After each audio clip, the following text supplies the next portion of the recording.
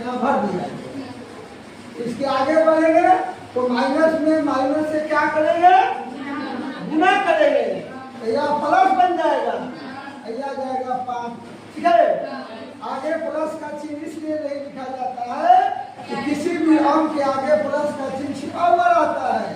और 1 का वर्गमूल कितना रहेगा, अब बाता हो जाएगा 5 में 1 जोड़ देंगे 6/4।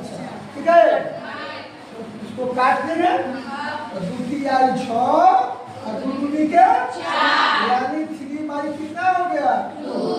इसी तरह बीटा निकालेंगे, तो बीटा का सूत्र लिखेंगे -b -√d/2a। फिर क्या करेंगे, माइनस को देवता उतार लेंगे, b का वैल्यू देख लेंगे कितना दिया हुआ है -5, -√d का वैल्यू कितना आया है 1/2 इंटू a का वैल्यू कितना दिया हुआ है, फिर माइनस माइनस प्लस 5 लिखा जाएगा, और 1 का वर्गमूल 1, 2 से गुना 4, 5 में से घट जाएगा 4/4, 4 से 4 कट जाएगा, कितना आ जाएगा 1। इसलिए हमको मूल पर कितना आ गया, 2 मूल आया, एक 1 आया, एक 3/2। यही मेरा क्या हुआ आंसर। समझो बच्चा, जिस तरह पहला क्वेश्चन का द्विघाती सूत्र से अल्फा बीटा निकाले हैं, उसी तरह दूसरा क्वेश्चन का भी द्विघाती सूत्र से मूल ज्ञात किया जाएगा। तो इन्हीं को दूसरा क्वेश्चन फिर दोबारा एक बार और समझा देते हैं, ताकि सभी बच्चों को अच्छी तरह से समझ में आ जाएगा। और तब उसके बाद हम तुम लोगों को बनाने के लिए देंगे और देखेंगे कि कौन कौन विद्यार्थी बनाकर दिखा रहा है। तो देखो फिर से समझो, इसमें a = 5 और b = -6 और c = -2 होगा। ठीक है, तो सबसे पहले हम d सूत्र लगा करके d का वैल्यू निकाल लेंगे, b²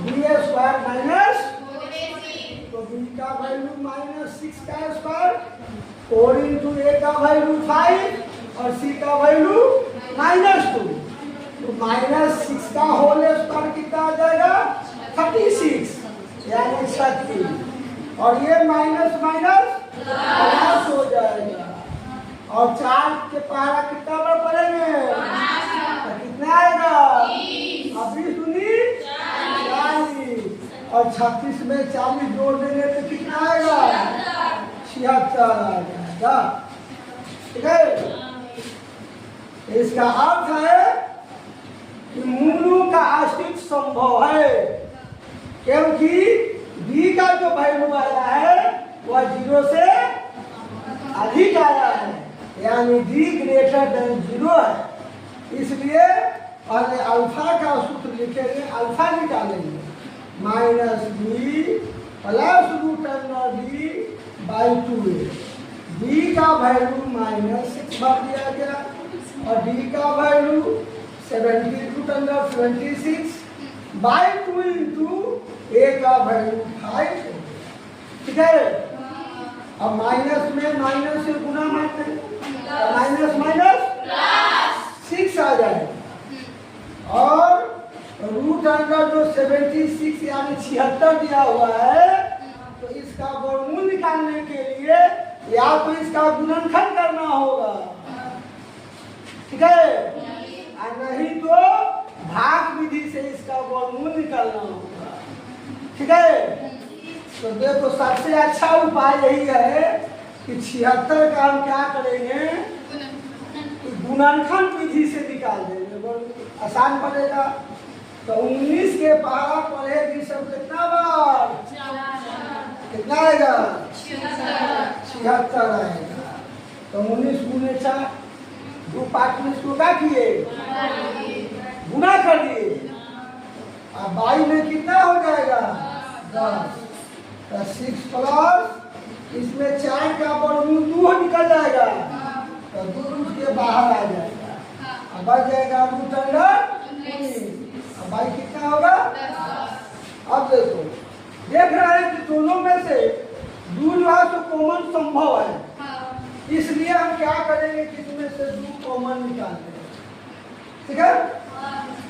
तो बच जाएगा कितना, द्वितीय 6 3 बच जाएगा। प्लस इसमें से 2 बाहर कॉमन हो जाएगा तो रूट अंडर 19 बच जाएगा। अब बाई में कितना हो गया 10, ठीक है।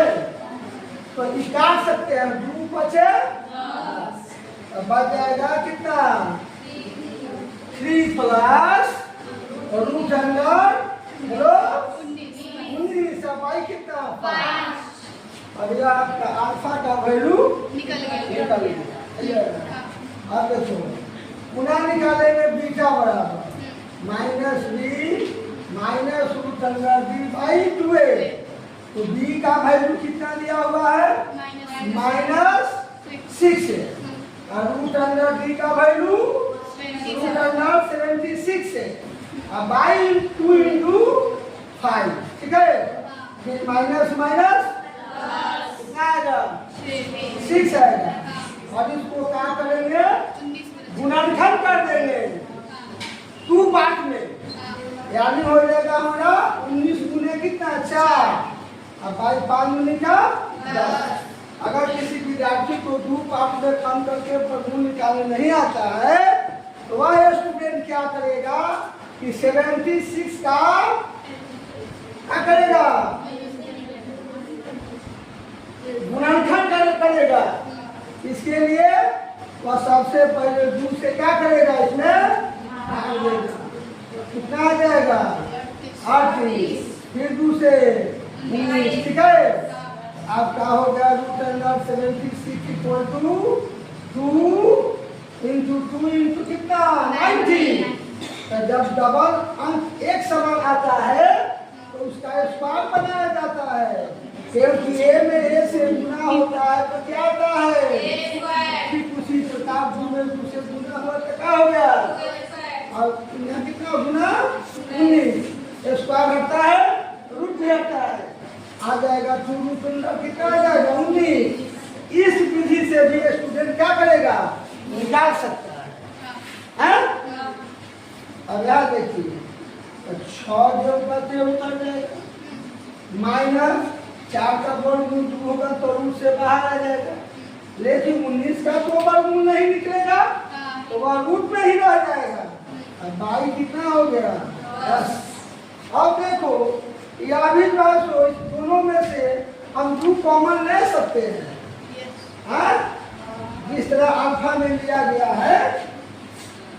यहाँ क्या करेंगे हम दोनों में से 2 कॉमन ले लिए, द्वितीय कितना हो गया 6, इसमें से 2 बाहर कॉमन ले लिया जाए तो बच गया रूट अंडर 19। अब बाई कितना हो गया 10, तो 2 बचे 10 5 कर दिया, आ गया 3 माइनस रूट अंडर 19। बाई कितना आ गया 5, इसलिए मूल हमारे पास आ गया एक आया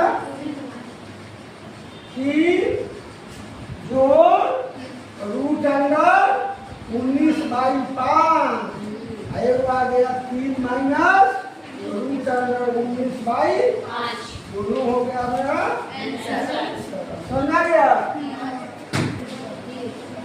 चलो स्टूडेंट इधर ध्यान दें। अब सभी छात्रों को हमको एग्जाम्पल विद्यार्थी संविधान का सिखाते हैं तो हमको अंदाज है कि सभी छात्रों को समझ में आ गया होगा, इसलिए तुम लोगों को भी बनाने के लिए एक पोर्शन दे रहे हैं, देख रहे हैं कि कौन कौन विद्यार्थी बना करके सिखा रही है। लिखिए क्वेश्चन नंबर 3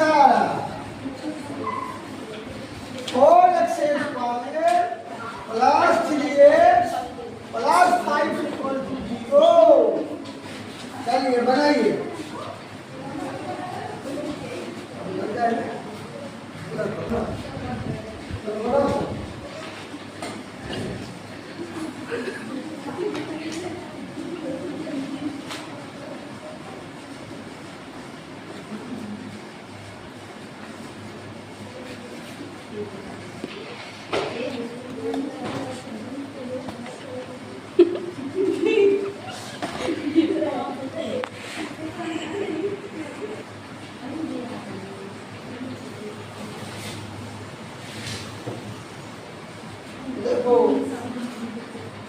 तो लगता है कि 80% स्टूडेंट क्वेश्चन को बना लिया है।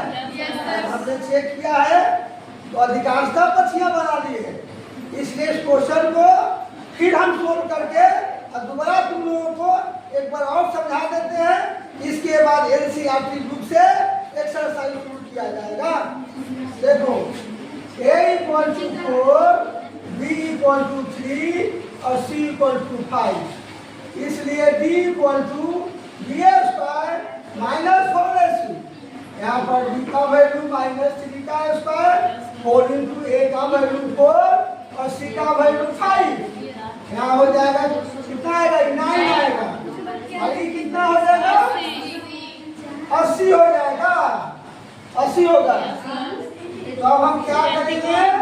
9 में से 80 को घटा देंगे तो माइनस कितना आएगा? 71। तो देखो -71 जो आया है या 0 से छोटा वैल्यू दे दिया। इसका अर्थ है कि इसका मूल है